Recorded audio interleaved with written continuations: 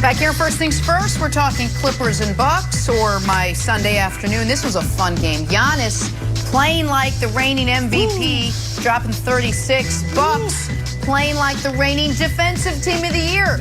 Holding your Clippers, Broussard, scoreless for the last 4 minutes of this game. That is 5 wins in a row for the Milwaukee Bucks, if you're into stats and things. All right, Chris Broussard. What was your biggest takeaway from this game? First of all, how many times do I have to say Lakers Nets in the finals, not Clippers Nets? That's Brandon, okay? But anyway, obviously, the way it ended for both teams is what I took away from this, and probably what most people did. First, let's go to Milwaukee. Giannis, for all of his greatness and his great numbers and his MVP hardware and all that, people are focusing now, and you know what? He doesn't really get it done in the clutch. He doesn't. If you stop him from getting to the lane with his drives, then he's in trouble because he doesn't hit the jumper. It was good to see him have 17 points in the final 8.5 minutes, outscored the Clippers by himself 17-10. Now, granted, mostly they were dunks and layups and free throws. But Milwaukee was moving the basketball so well, especially on this last play, that they got him in positions to score down the stretch. So that was good. On the other hand, the Clippers, look, I like them a lot. I think they are the second best team in the West, even though Utah has that gaudy record. But they have trouble closing. And what happens is they get stagnant. They play well for 3 quarters or so, moving the basketball. And late in games, they kind of get stagnant, whether it's Paul George going one-on-one, Kawhi Leonard going one-on-one. That's why there's all the talk about having a point guard, maybe to get those guys better looks. But whatever the case, they've got to fix it because this is a problem. Obviously, they went the last 4 minutes without a bucket. They missed 9 straight shots. So there's no reason with those 2 guys, especially with Kawhi, that they should be so bad down the stretch. So they've got to figure that out. And it was good to see the Bucks figure it out on the other end.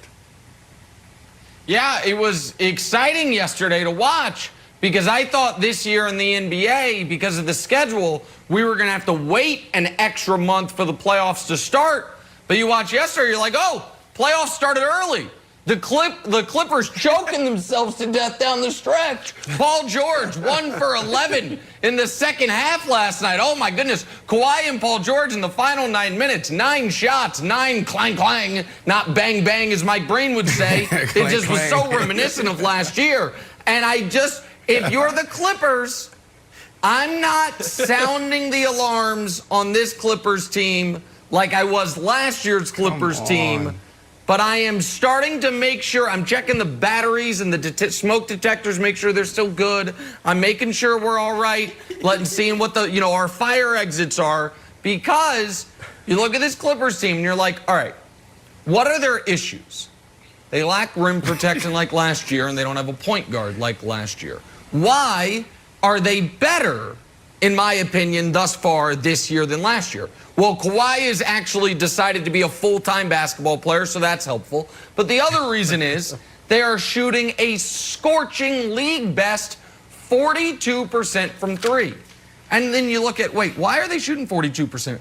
Well, Paul George is shooting 46%. That's not sustainable. Marcus Morris shooting 46%. That's not sustainable. Nick Batum, who might have been the worst starter in the NBA last year, is shooting 45%. That's not sustainable. And Patrick Beverley is shooting 41%.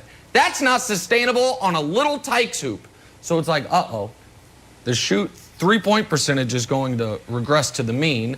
The point guard still doesn't exist. And you still have this swinging anvil over your head of playoff P transitioning to way off P. And you saw it all last night, Brandon. So listen, Brandon, you're trying to get me to jump aboard the Nets bandwagon. We'll see if that happens. I am going to give you an opportunity to jump off the Clippers bandwagon, because it's not really a bandwagon. It's Marcellus and Clipper Darrell and some other folks who don't know how they became Clipper fans. You shouldn't join them. Broussard tried it last year. It ended in disgrace and embarrassment. Brandon, it's an opportunity. It's not mid-March yet. You can abandon it now. So, Nick, let me get this straight. your boy LeBron James can go on a 4-game skid and play at an all-time low, and we can give him grace. And then all of a sudden, the Clippers have one bad game, and it's not even a bad game. They just got beat by a good team. And now we're talking about, playoff P, we're going to bring all that stuff up. Come on, man. That's terrible. You nailed it. The biggest takeaway last night was Paul George. I rebuke the thought that Paul George, entering into his 7th All-Star appearance, is going to go into this playoffs and implode and collapse. I rebuke that thought.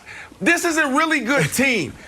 The Bucks, that was their best shot last night. They played phenomenal. Great defense. They were engaged on both sides of the court. So much energy. Giannis hitting threes. Giannis getting into the paint anytime he wanted it. Middleton doing this thing. They played really good. They played like they were the best team in the NBA. But that was their best shot. The Clippers, you got Paul George, your big two, part of your big two, and he goes 16 points. 2 for 10 from 3. 33% overall. That is the problem. If Paul George played better and he didn't have just a down night, which I rebuke that this is not going to be a continual thing, then they win that game. Wow. So many rebuke. I got you rebuke. That's like Broussard rebuking the fact that him and Billy Crystal are big Clippers fans. Lay hands on him. Sorry, that's the way it is. Hey, my big takeaway is that Giannis, no one wants to say it, is playing like an MVP, not only on the offensive side, on the defensive side. You know what I hate in life? I mimes and business decisions. Zubac comes down and Giannis is like, no, we need these points. I'm playing 40 minutes, not happening. So Broussard, as our only true MVP voter, and I know he just won it back-to-back, and nobody wants to give anyone the MVP for 3 years in a row. It's LeBron's award to win. LeBron deserves it. Let me just give you the numbers, Broussard, before you cast your vote in a few months. Giannis is averaging 29, 12, and 6. He had 4 blocks yesterday. LeBron is averaging 25, 8, and 8. But when we talk about MVP, it feels like no one wants to talk about Giannis, and everyone wants to talk about LeBron. Can I convince you to start considering Giannis on your MVP ballot? Wild, I rebuke that thought. I rebuke that thought. All right, look, it is a regular season award, right? That's what we said last year. It is a regular season award. But playoff performances in the past do factor in for many voters, all right? And when you look at Giannis's failures in these last 2 postseasons, it's hard for people to get that out of their minds. Just like narratives can factor in for some guys, that is a factor. It's similar to what happened to Dirk Nowitzki. Remember when Dirk won MVP and they promptly got beat by the 8th seeded Golden State Warriors in the first round? Yeah. Dirk wasn't Now winning you're another ineligible. MVP after that. No, until he won the championship. Right. And he ended up with... Right. Now, That's there's one way. Fair. There's one way to overcome it. There's one way to overcome it.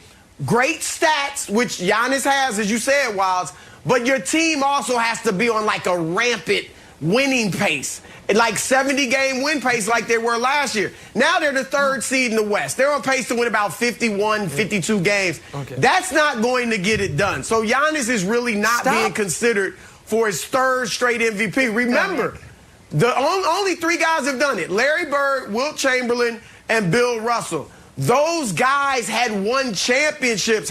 Wilt was in the midst of winning his first championship. Though they had championship medal, Giannis is still trying to prove it. I get it. Stop. But they're the 3rd seed in the West. He's You've gone on too far. You've gone too long, Broussard, engaging this nonsense. Hey, Wilds, where's your Bradley Beal? No. I'm agreeing with you, Broussard. Okay. I'm saying you shouldn't have entertained Wilds' foolishness here. Yes. Where's Bradley Beal's flowers then? Wilds. It is a regular season award that is not done in a total vacuum. And it is supposed to symbolize a guy who either is the best player in the league or we think could be. That's what the award is about. And when you fail in the postseason the way he has, until you overcome that, you're not going to be considered the best player in the league. Steve Nash won 2 in a row. One of those he shouldn't have gotten, but voters like Broussard were so wowed by the fun and gun sons. That's why they needed me. I was in high school and they needed missed a lot of games. Well, LeBron should have won one of them actually if you go back and look, but that's neither here nor there. Guess what? His 3rd year, Nash's numbers were better than his MVP year, and he was ineligible because the Suns had flamed out. We have seen this before. Ineligible, no matter how good he is, Brandon, for the MVP. But we did see last night, Broussard mentioned, Brandon, that in the game, it was dunks and free throws. He did hit that one corner 3, which is, I know we've been saying this for years now, that is the one, if he can just become passable from 3, it unlocks everything for them, but he's not passable from 3 yet. I agree with you. Chris, you have a vote, right? You have a vote? Yes. Oh, yeah. Yes. Okay. So can I just throw this name in the hat right now? James